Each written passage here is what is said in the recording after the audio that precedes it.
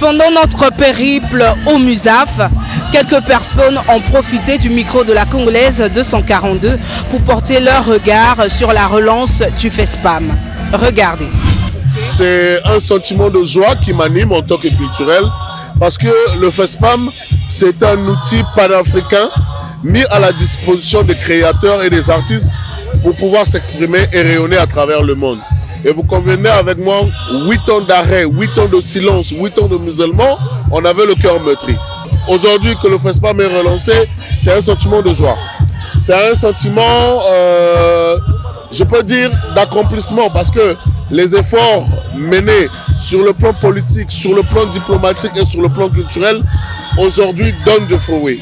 Et donc nous, en tant qu'acteurs de terrain, on est présents pour accompagner la politique du gouvernement, pour accompagner les efforts que le ministre et le commissariat général du FESPAM déploient afin que dorénavant chaque édition du FESPAM puisse être mémorable. Je pense que depuis l'édition 2009 ou 2007, il n'y a plus eu de MUSAF.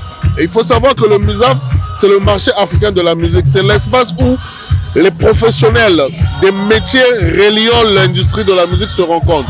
Les directeurs de festivals, les managers, les tourneurs, les éditeurs, les techniciens sont.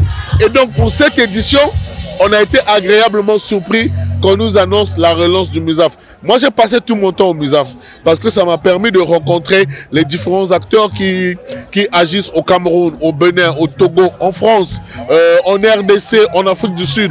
Et tout cela, ça peut nous permettre de créer une synergie pour ouvrir de nouveaux horizons aux acteurs du Congo-Brazzaville. Alors c'est vraiment une édition de relance qui a donné l'occasion à tous les artistes, presque tous, pas tous mais presque tous, de venir se produire. En sachant que le FESPAM est un festival panafricain. Donc normalement, chaque pays devait envoyer un artiste ou des artistes. Mais là, vous voyez que la part belle a été faite aux artistes congolais. Donc c'est le regard que je porte et particulièrement les découvertes sur la musique urbaine. En fait, il y a beaucoup d'artistes qui font de la musique urbaine et qui sortent, qui émergent et donc la musique congolaise est vraiment en train de s'installer sur le plan international. Alors j'ai eu Sam Samouraï, qui est quelqu'un, bon, gang, hein, qui a bougé vraiment la foule. J'ai Kim Dooley, malgré son âge, 75 ans d'âge, mais qui reste comme le bon vin. Hein, il se bonifie en vieillissant.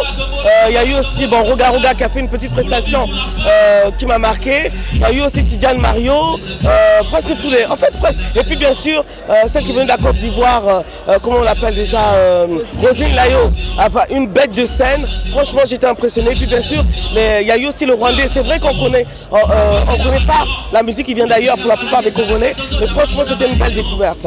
Alors sur les retombées de ce FESPAM, elles sont très grandes parce que j'ai des appels qui viennent des États-Unis, des Antilles, qui se disent, ils me disent, mais Peggy, il se passe quelque chose en ce moment au Congo, parce qu'il ne faut pas ignorer que tout le monde a le regard braqué à cause du FESPAM sur le Congo. Et ils veulent me dire, Peggy, qu'est-ce qu'on peut venir faire? Qu'est-ce qu'on peut venir investir? Comment peut-on venir investir? Je leur ai dit, venez d'abord en vacances, regardez ce qui se passe, et après vous verrez, vous serez inspirés. Voilà, donc le FESPAM, la culture n'est pas le parent pauvre, puisque voilà comment les gens sont attirés au Congo à cause du Festival panafricain de musique.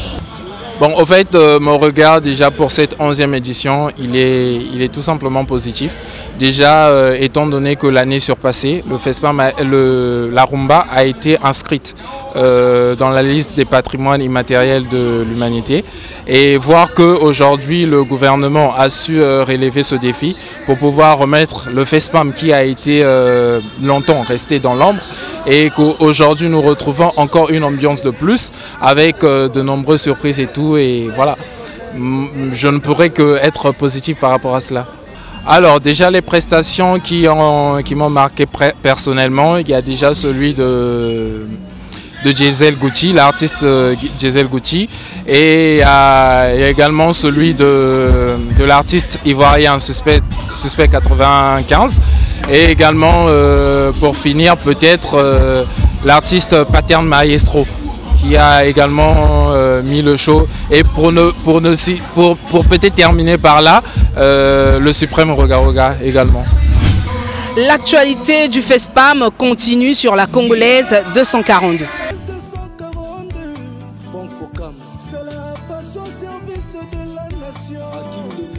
C'est une autre façon d'apprécier la nation.